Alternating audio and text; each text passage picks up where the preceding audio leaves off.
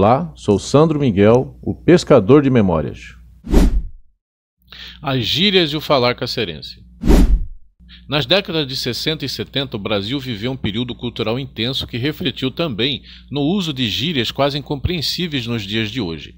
Essas expressões moldaram a alma de uma época marcada por transformações políticas, revoluções musicais e mudanças sociais.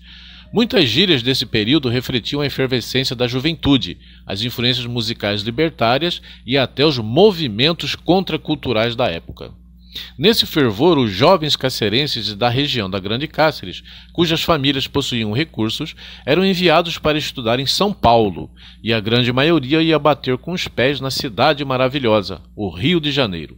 Estudar por aquelas bandas era chique e refletia o status social do indivíduo. O Rio de Janeiro era a verdadeira cobiça, não somente dos cacerenses, mas de todo o mato-grossense, e tinha seu ponto de encontro, o Barril 1800. Local onde se podia esticar depois do bronze na praia de Ipanema, e localizava-se na esquina da Avenida Vieira Souto, ao lado do Castelinho de Ipanema. Era parada garantida no roteiro dos acadêmicos e de quem apreciava um chopp gelado, petiscos de primeira e encontrar gente da terrinha. Nas idas e vindas dessa turma, as novidades eram transportadas e disseminadas pela cidade. A forma de falar, de vestir e se comportar que chocava com o ar bucólico e antiquado da cidade. Os militares do 2º Befrão, oriundos de outros centros, já o faziam, mas era visto naturalmente. Entretanto, nosso povo mais antigo ficava meio ressabiado, mas era a tal da moda, diziam. Dessa forma, as gírias chegaram e foram distribuídas de ouvido em ouvido e logo absolvida pelo povo, e correu às praças, ruas, festas, campos de futebol, bares e clubes. Na catequese era repreendida, e na escola não combinava com a língua portuguesa. Se a prova estava fácil, então tá chuchu beleza. Se aparecia um valentão no bar, alguém já dizia, esse é a barra pesada. Se havia desconfiança com algo, então tá grilado. Um grupo de amigos era patota. Os velhos que criticavam essas coisas eram caretas. Uma pessoa de boa aparência e charmosa já chamavam de boa pinta ou borogodó. Tutu era uma gíria para dinheiro. Broto era utilizado para descrever um jovem atraente, fosse garoto ou garota, enquanto pão era uma gíria que as mulheres usavam para os homens bonitos, que o diga o radialista Paulo Rocha quando sentou o pé por aqui. No baile, quando a moça recusava convite para dançar, era dar tábua. Lelé da Cuca era uma maneira divertida de dizer que alguém estava louco. Gente que vinha com conversa desimportante era papo furado. E quando a situação estava complicada, a gíria era fogo na roupa. Agora, bicho grilo era quem capturava o espírito livre alternativo da época e se largava pelos arredores do Furadinho, Carne Seca e da Verão.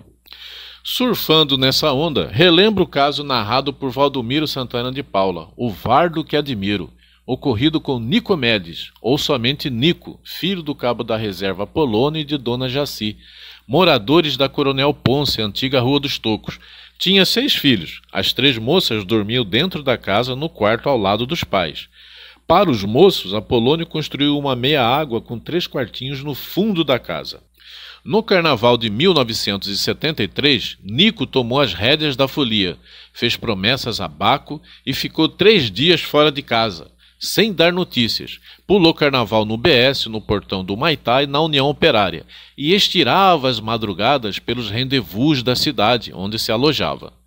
Na madrugada do enterro dos ossos, que simbolizava o fim dos prazeres e dos excessos, volta para casa cruzando a Praça Duque, cantando de braços abertos como se estivesse na passarela.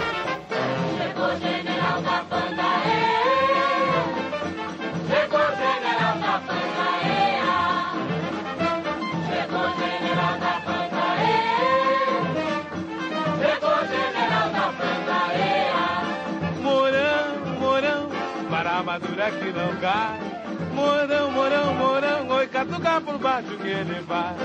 Morão, morão, para a madura que não cai, morão, morão, oi, catuca por baixo que ele vai. Opa! Pisando firme, empurrou o portão e foi se acomodar no seu quartinho. Sua irmã mais velha, Ana Lúcia, estava a acender o fogão de lenha quando perguntou pro Nico: bonito pra você, onde que você andava? Tá todo mundo preocupado. Nico respondeu: tô baleado, tô baleado. e entrou no quarto e fechou a porta. Ana Lúcia, assustada, correu gritando: mamãe, mamãe, Nico levou um tiro, Nico levou um tiro. Dona Jaci grita de dentro: Apolônio, Nico foi baleado. E a gritaria e choro se estendeu pela casa. Cabo Apolônio e os filhos foram até o quarto do Nico e começaram a rufar a porta até quebrar. Quando tiraram Nico de dentro, verificaram que não havia nenhum ferimento. Apolônio sacou do seu cinto e exigiu explicações. Nico só falava: tô baleado, papai. Antônio, o irmão caçula, interviu dizendo: pai, tô baleado é Díria. É que ele tá até na orelha de cachaça. O cinto comeu solto e Apolônio gritava no ouvido do Nico: fala direito, homem, para com essa Díria. O certo é que essa moda de linguagem foi se acomodando no seio do cacerense, mas que não perdeu o seu jeito de falar.